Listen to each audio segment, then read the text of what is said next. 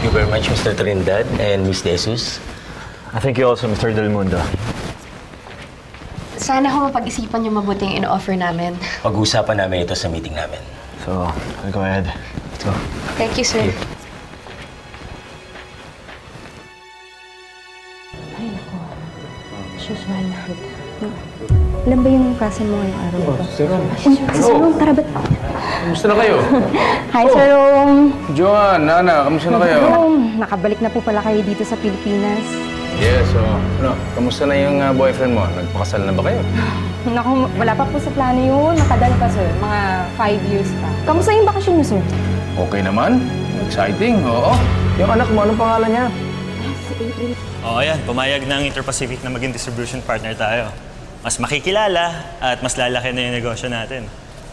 Di ba yan naman ang pangarap mo? Makukumpleto ka na. Isa na lang ang kulang. Ikaw, Emma. Emma, alam ko nakukulitan ka na sa akin kasi lagi kong ipinapaalala sa'yo kung gaano kita kamahal. Pero, nandito lang ako kapag handa ka na magmahal ulit. At sana, mahalin mo rin ako. Kasi, yun talaga yung pinapangarap ko eh. Ayoko sana mabigo ka sa pangarap mo, Amel.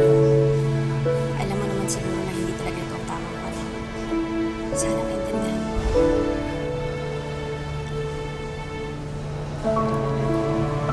Tara.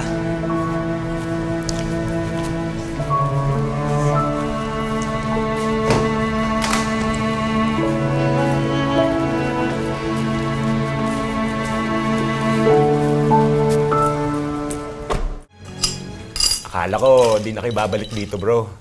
Pero pare, so happy na nakabalik na kayo. Tagal na nating di nakikita, pare. Pareho tayong busy, kaya hindi man lang tayo nagkakausap sa telepono. Ano, pare, kamusta? May asawa na ba? Yun nga eh.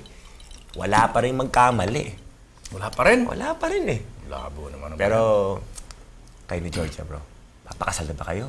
Pare, ready ako maging best man mo ulit. Time out, pare. Ano mo pag-uusapan, pero hindi pa kailangan. Ayokong pag-isipan yan. Baka naman, hindi ko pa makalimutan si Emma. You know what? The last time I saw her, pare galit na galit sa'yo at kay Georgia. Sabi pa nga sa akin. Ayoko nang marinig, pare, kung anong sinabi niya. Pare, alam mo si Georgia, lahat na sorry. Alam mo, pare, si Emma, lahat ng lumalabas sa bibig niya, puro kasinungalingan, pare, sa lahat ng mga kasalanan niya sa akin. Alam mo yun? Para sa akin, matagal na siyang patay. Bro, sorry, bro. Pare, hindi pa ako nakakainom. Malakas na akong parang may tama na ako. Okay, cheers mo na. Cheers. Para sa ating mga walang laman ng puso. Ayun! Ikaw pa!